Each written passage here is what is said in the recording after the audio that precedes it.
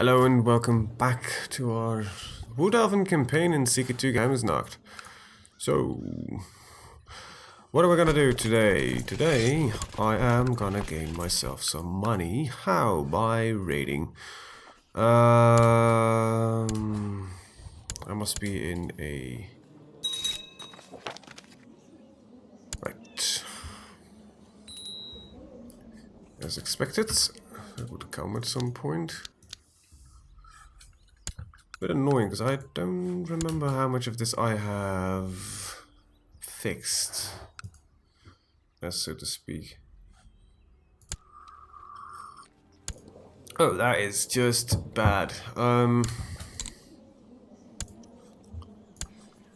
Okay, so I should really convert these before I give them away. Ah, you are correct. You're just not good. Alright, that's good to know. So, I don't have interest in an ambition. I do have interest in that. I could imprison you. Why? I will just kill him. It's a lot easier. Besides, the kill rate was... Everybody in my realm wants this guy dead. So, that is not too difficult to do. There you go. Look at that. Look at that. Already a plan. And the improvement rate will be just... Everybody wants this guy dead. I probably could just walk up to the guy and just stab him in the face. If I was not, of course, in hiding right now because of Father Winter. He and I apparently do not really agree. We inherit a temple. We'll celebrate with beer. And I will... Oh, I gained a lot of money from that. That's just perfect. We'll cleanse Greenskin Present. We did cleanse it there. We'll cleanse Greenskin Presents here. Apparently this guy had a lot of money. And we'll cleanse these lands from the Greenskin Presents. And we'll... Let's see. If we do this, we gain... An elf. Good. Alright. We're building here. We're building here. We actually have so much money that I will... cannot build one. This, however... not one of the most important things that we can build. I will start building these market villages everywhere. The moment this is cleansed. Oh, I can actually create this title now. Come on, game.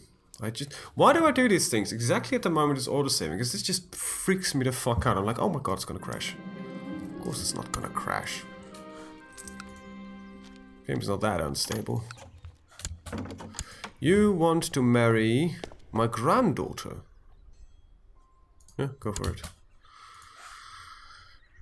Sure, fine. I am okay with that.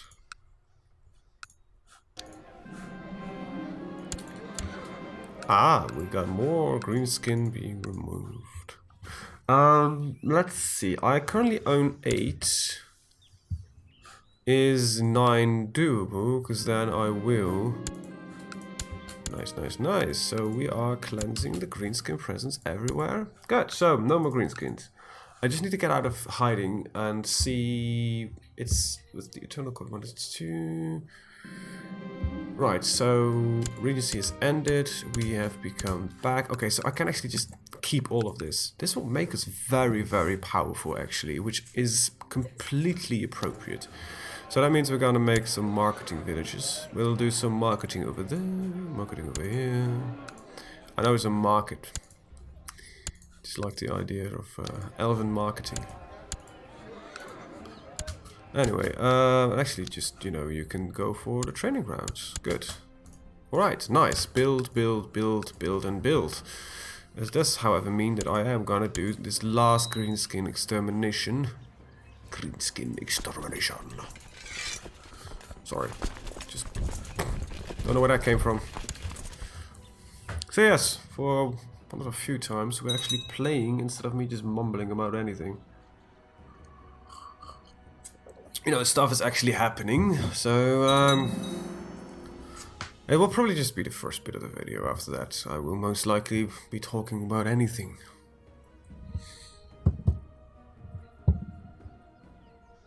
Yeah. So I've been playing a lot of Hearts of Iron 3, and that game just bugs the fucking hell out of me. And you know what? Why? It's because I like the game. I really do. And that is exactly the problem, because it annoys me, because it's such a logistical nightmare to play the game. It's like in all those menus you need to navigate, all those let's see who rose first.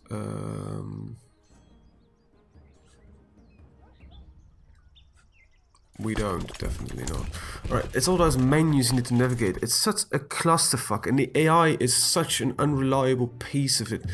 When I look at footage from Hearts of Iron 4, the differences that it has with Hearts of Iron 3 is on such a large level. Troops move a lot more logical. You don't have the I think that's partially, of course, due to the fact that you don't have the army structure anymore as it usually is. You just assign a general and there is no other army structure. There's just forces in the army and it organizes itself.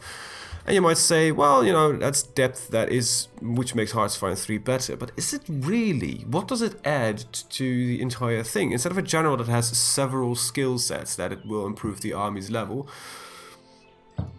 instead of this hierarchy that you're having. So basically your hierarchy still exists, but that's the only bit that is automated. It's just the forces that you can directly control.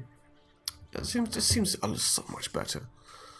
A lot of stuff like that. A lot of research seems to be far more streamlined and you realize what you're doing. Instead of researching 4 different pieces of infantry kit, you just research 1 or 2 pieces of infantry kit, and you still need to upgrade it. You still need to spend the same amount of resources, probably comparably, to keep your troops upgraded. So that doesn't really change. It just streamlines a lot of processes, which, you know, really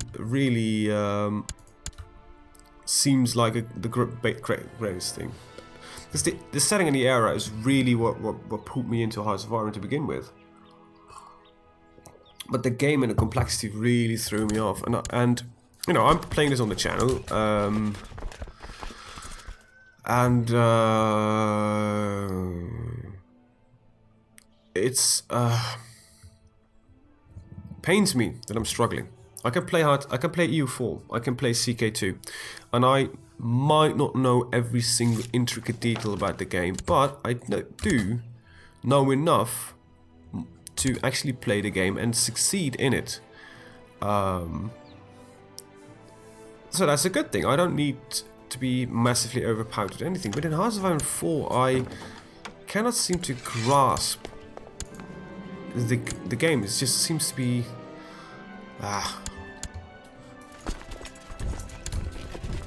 It seems nearly impossible, you know? It's perhaps a little bit difficult to explain. I think I'm fine.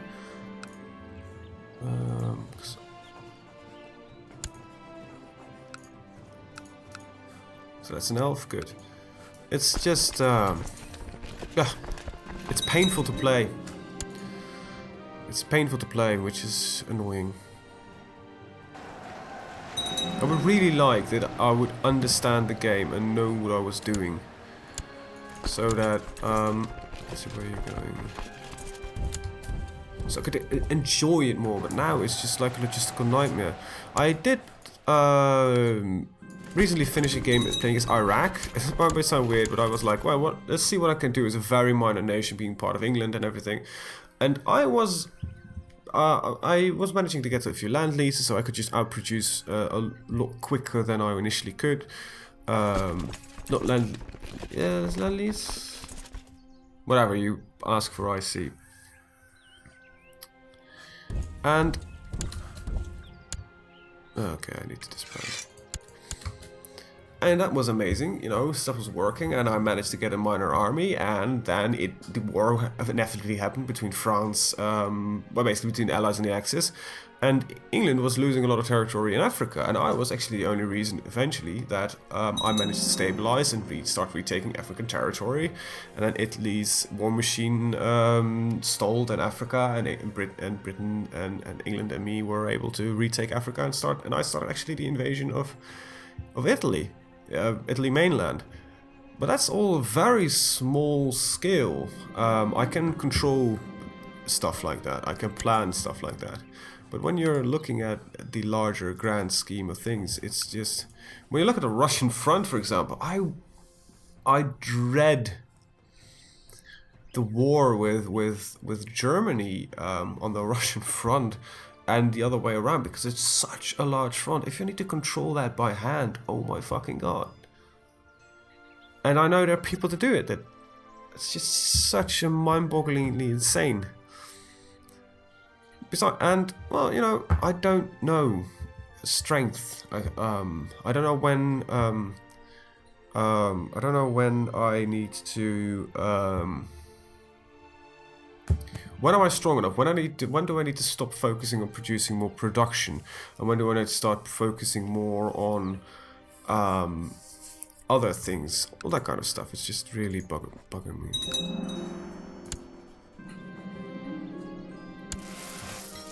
Like I said, I don't understand the game. It's such a deep game that I need to spend a lot of time in a game that I'm only partially enjoying. But I'm mostly not enjoying because I don't understand jack shit of it, because the setting is really awesome. And I would like to become competent enough to actually do stuff, to, you know, change history, because right now it always unfolds as it is intended. But what if I become strong enough to prevent, or good enough at the game to prevent a lot of basic stuff from happening? You know, as plays England, prevent the capture of France by preparing for it, all that kind of stuff. You know, join Axis as the USA and invade England. Unify South America as Brazil. I don't know, or as Argentina, stuff like that.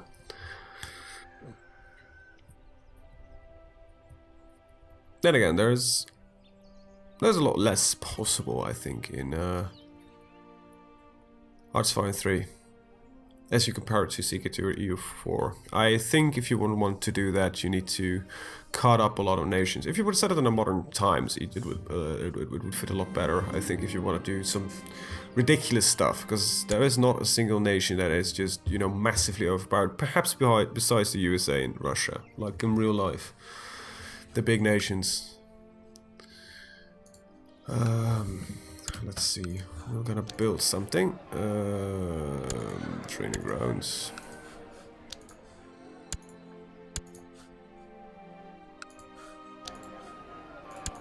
Training grounds. Why am I doing it like this?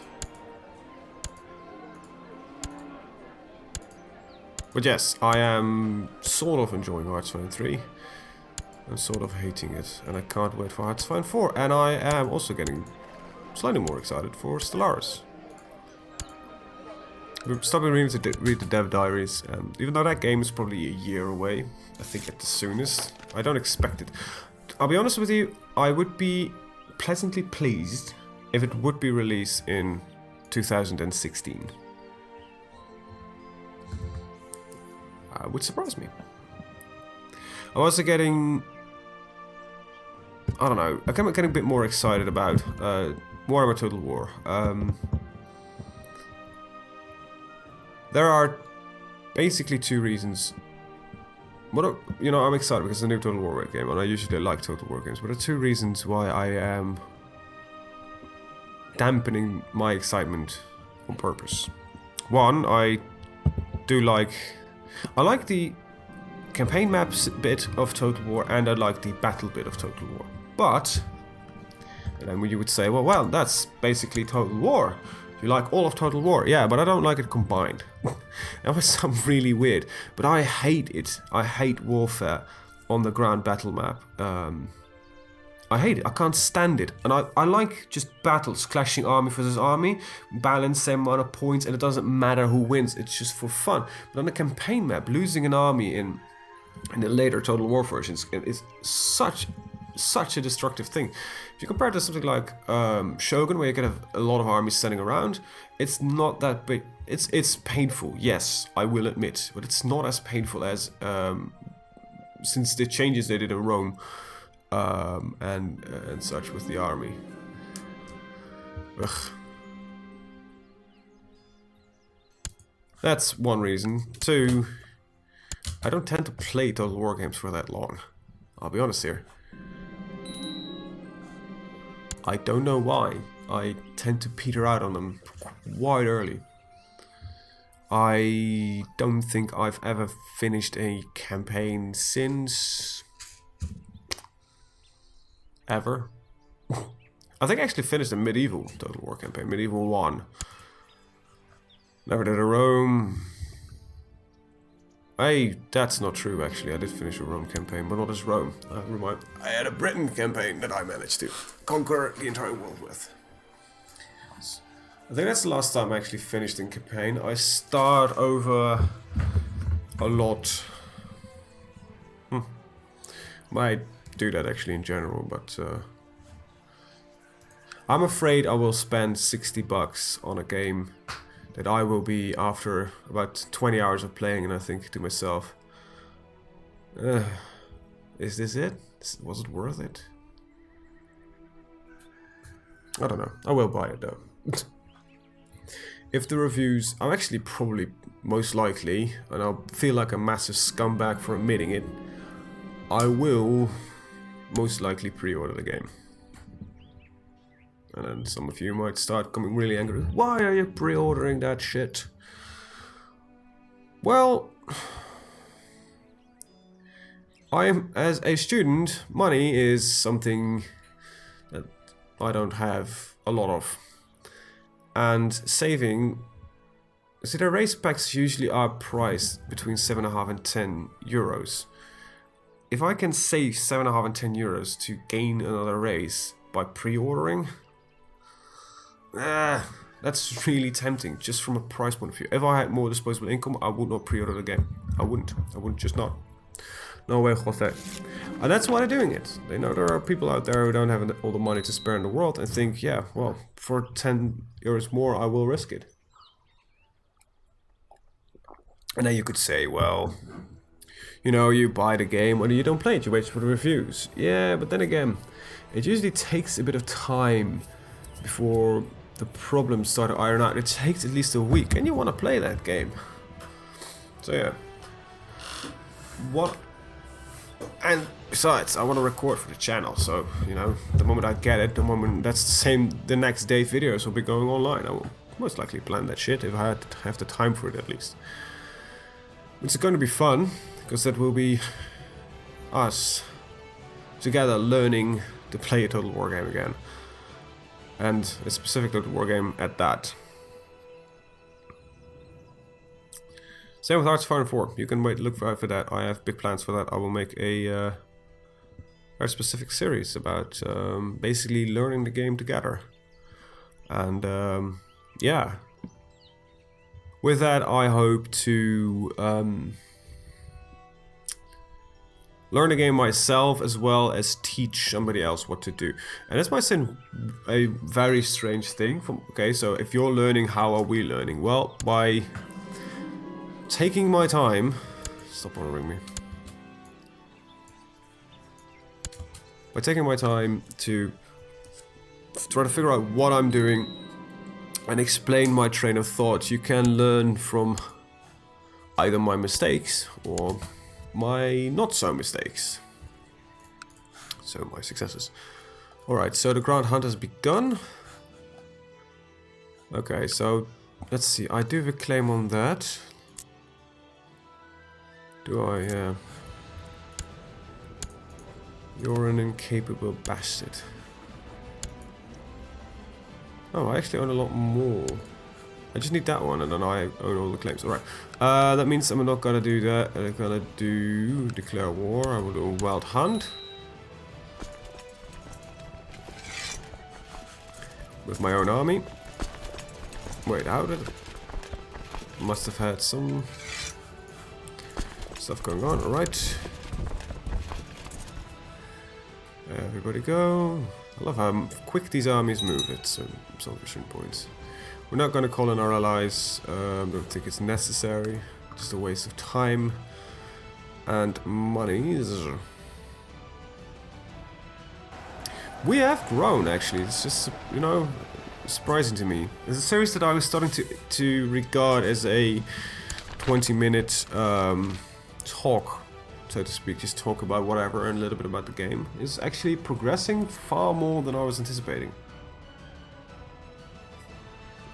No, we will soon again reach a point where we can't do jack shit.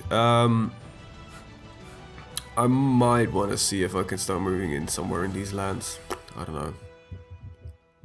What are some of these princes? Or we'll just, you know, keep fabricating claims of Britannia. I think actually what I should do is fabricate a claim here on Kamei, which will mean I will border this little lovely so that I can do, and I might want to be able to create a new forest in this orcish region. Sounds like a plan, doesn't it? Too bad I cannot marry myself into anything, but oh, is everybody fighting internally? Let's see, tribal organization.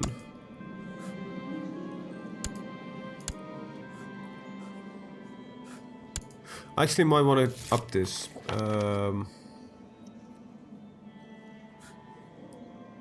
There it is. Oh crap, we're broke.